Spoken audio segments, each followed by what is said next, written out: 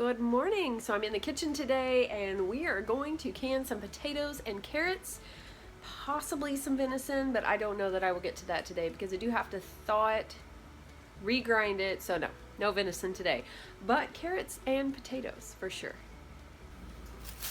You'll notice that I did not grow these in the garden. I didn't grow these in the garden or these in the garden. So I do want you to know that you do not have to have a garden if you're wanting to preserve and put up food. If you want to preserve potatoes, carrots, things like that on your own, then you can do it without planting a garden. These I bought from Kroger. These are organic carrots.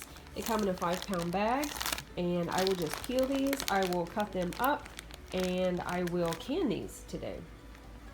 These will do approximately, let's see, 4 to 6 pints, I think.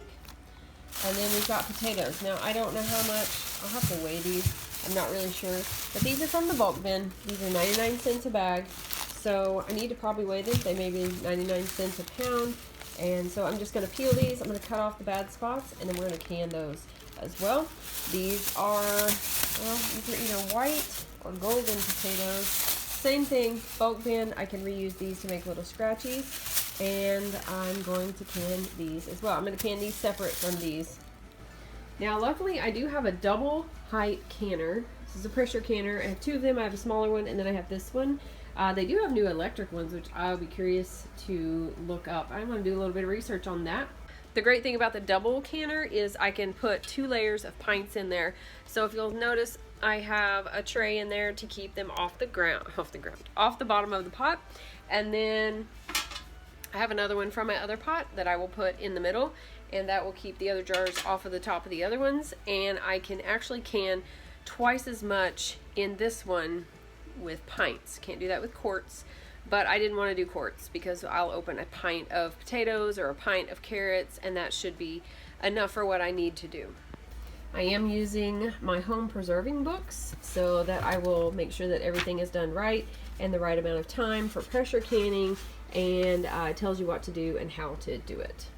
The next thing I am going to do, though, well, actually the first thing I guess I should do is I need to take these apart. I need to wash these and then get these rinsed off really good and get them started heating up in the canner.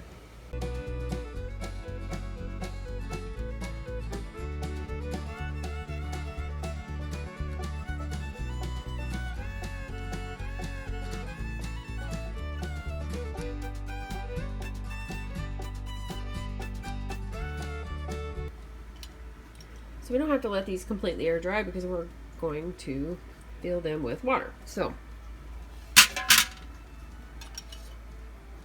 I'm going to go ahead and put these in here. I'm actually going to see, I don't remember how many actually fit in the bottom of this canner because I may not need my double canner. Alright, so let's do some math. So if I have 5 pounds of carrots, 2 to 3 pounds makes a quart, which is 2 pints. So I have the possibility of having 4 pints of carrots. And then these are about 7 pounds of white, 7 pounds of red, and it's 2 to 3 pounds per quart, same as the carrots. So 2, 4, 6. If we did that, that would be 6 quarts. This would be 6 quarts. And then if we did those, that's going to be plenty. So I think I'm definitely going to need the double canner and more jars because I only have 3 left that are clean. So I guess I'll go ahead and wash some more jars and then get started on cutting things up. Alright, so I've got the bottom jars underneath this level filled with approximately half a cup. They are filled approximately halfway up with water in the bottom, a couple or so inches of water in the bottom of the pot, and then I've got my divider, which you'll see under these jars, and then these have water in them as well. Some with a little bit more. So I'm going to put the lid on this. I'm not going to seal it or anything. I'm just going to put the lid to kind of help hold in the heat, and then we're just going to heat that up. We don't really need to boil it. The jars just need to be hot because we're going to put the carrots and the potatoes in there hot, and we don't want cold jars and hot food, or we don't want hot jars and cold food. So you want to make sure that they're both approximately the same temperature, or you'll bust your jars, which is never fun. So my grandma and my mother always used ball everything. Really didn't buy Kerr lids, really didn't buy any other kind of, actually there probably wasn't another kind of lid at that time. Now there is. I do have some from Superb, I think, which is a new lid company that just came out not too long ago. So I did get those at, some of those at the HOA conference that I went to. They had them drastically discounted for buying there, and I bought both the regular mouth and the wide mouth. I'm not using those today though, because I do have some, other than the ones that came on the jars, I do have some that I bought on clearance at Kroger. I believe it was last year. These are the Kerr brand. I've never used these before, so we'll see how these do. But they should, I mean, they literally look like the exact same thing that the balls are. If you'll look at this, let me show you. If you see that, don't those look exactly the same? I mean, just have the different label on top of them. So I'm gonna say they probably came from the same manufacturer. But if you ever see Ball or Kerr on clearance, snag them, because I got these for 99 cents a box. And if you've been buying or looking at canning lids, you know that is super cheap and a good deal. But I'm telling myself, I usually boil these lids, and the Ball canning book actually says not to. So I'm just gonna put this on a simmer. These, I usually use an actual pot, but that is dirty. So I'm just gonna put these in here, and this just warms them up. I probably have too many in here actually. But I'm just gonna warm those up, so we don't really want to boil them. But it just kind of probably helps disinfect a little bit, and gets them warm to go on the jar. Finished the red potatoes, got them peeled and cut up. So I'm going to take these scraps, which a little bit other scraps from a few days, and potato peels on top, and I'm going to give them to the chickens, and then go back in and do the white or gold potatoes. And I think they are enjoying the scraps.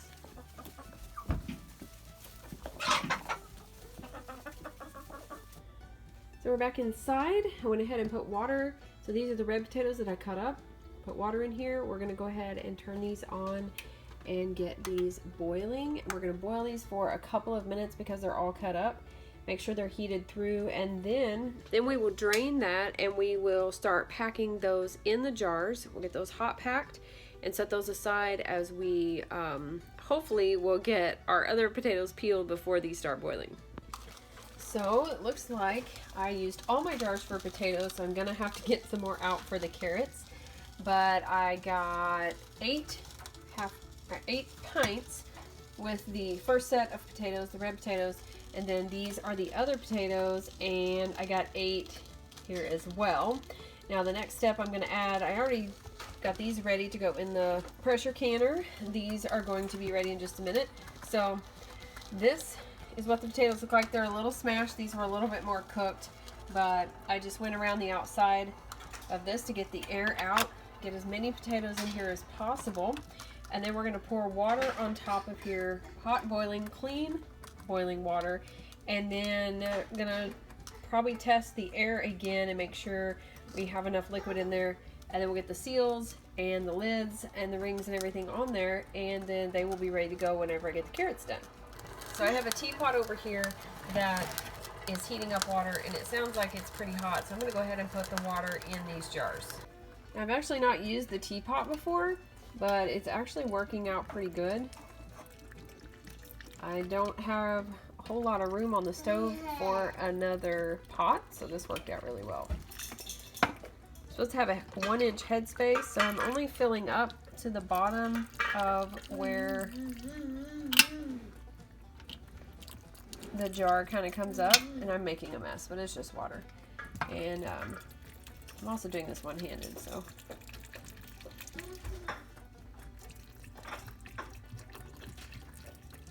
You hear somebody in the background? I have my grandbabies here for a little bit.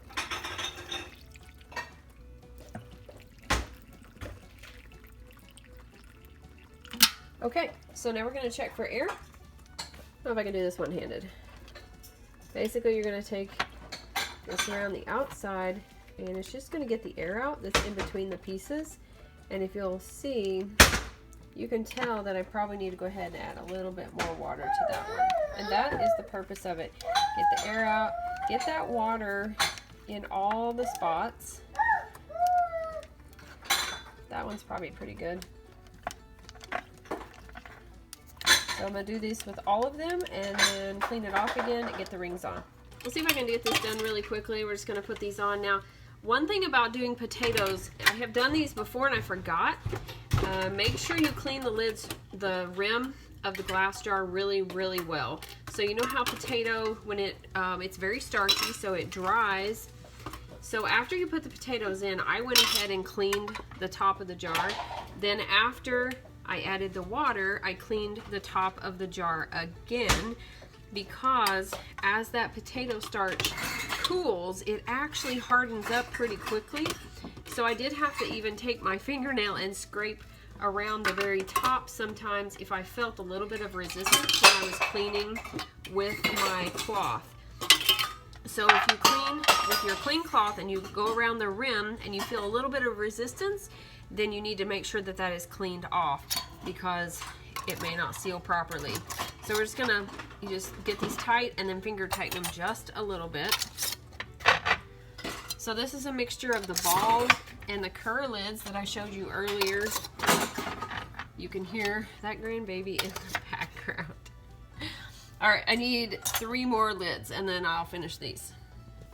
So I have 16 pints of potatoes, actually more than what I thought I would get. I've got 3 quarts of water that I am going to start boiling. It was actually already hot because I got it out of here. So for this canner, we put 3 quarts of water in there, then we put our jars. All right, back in the house now. Little guy is down for a nap. I was probably outside for over an hour, just tootling around, letting him ride on his 4-wheeler. And so I come back in. I do have the jars in here. You did miss that part. The jars are in there. So I'm just going to do the potatoes first. I'm going to go ahead and get them going while those kind of heat up and does the thing. I'm going to get the carrots ready. I think I would have had too many pints to do them together. So we'll see how many pints I end up with. I had room for 4 in the pressure canner, so we'll see. Now I have 16 in here. It will hold 20. So I have 8 on the bottom, 8 on top. I have the divider in the middle, and I also have the rack on the bottom to keep the jars off the bottom of the pot. So I'm going to turn that on in just a minute, but I am going to try something I've not done before, and that's add white vinegar. So you're going to add a couple of tablespoons of white vinegar. That keeps the jars from turning like a white milky color on the outside. We have hard water here, so mine usually do that. I've never done that before, like added the vinegar, so I'm going to go ahead and do that now. All right, so I got that added and had to take the lid off, so I'll let you see what these look like. They look like kind of like they did before. And so I've got 8 on here, 8 on top, 8 on bottom. So I'm going to put the lid back on and get this going. Always read your canner directions if you don't remember. I don't pressure can enough to remember all of the steps. I remember most of them, but I always go back and refresh. So we added 3 quarts of water. We put our jars in there. I went ahead and added the vinegar. I've got this on, checked my seal, checked my vents and everything to make sure they were all clear. So now we're going to turn this on. And we want it to build up enough pressure that we want it to steam. And we want steam to come out of this valve, and it has to come out for 10 minutes, a steady stream of steam. So I will set the timer when that starts, and then that has to do that for 10 minutes, which seems kind of crazy. Then you'll put your weight on, you'll reduce the heat on the burner, and then we'll see where our pressure gets, and we'll try to get it to hold right there. That is why I kind of stayed away from pressure canning for the most part, because you do have to get it to a steady pressure, and then you have to hold there right around there for so long. These, I believe, are 30 minutes, so that's not too bad. Canning meat, I looked last night, it's like 75 minutes. Changed my mind a little bit. Now here I have these carrots. These are peeled, ends cut off. I'm gonna actually slice them with this little contraption that I have. Turned off the stove because I think I've changed my mind. I'm gonna see how many pints this will do. If it does 4 pints, I'm gonna add it to that before that reaches pressure. That's why I turned it off. After looking at them, I'm thinking maybe it might be 4 pints perfectly, because if I only have 4 or 5 pints, or even 6, it's going to be interesting to pressure can just those. So I thought, well, if I only get 4, I can just put them in there. So we're going to see.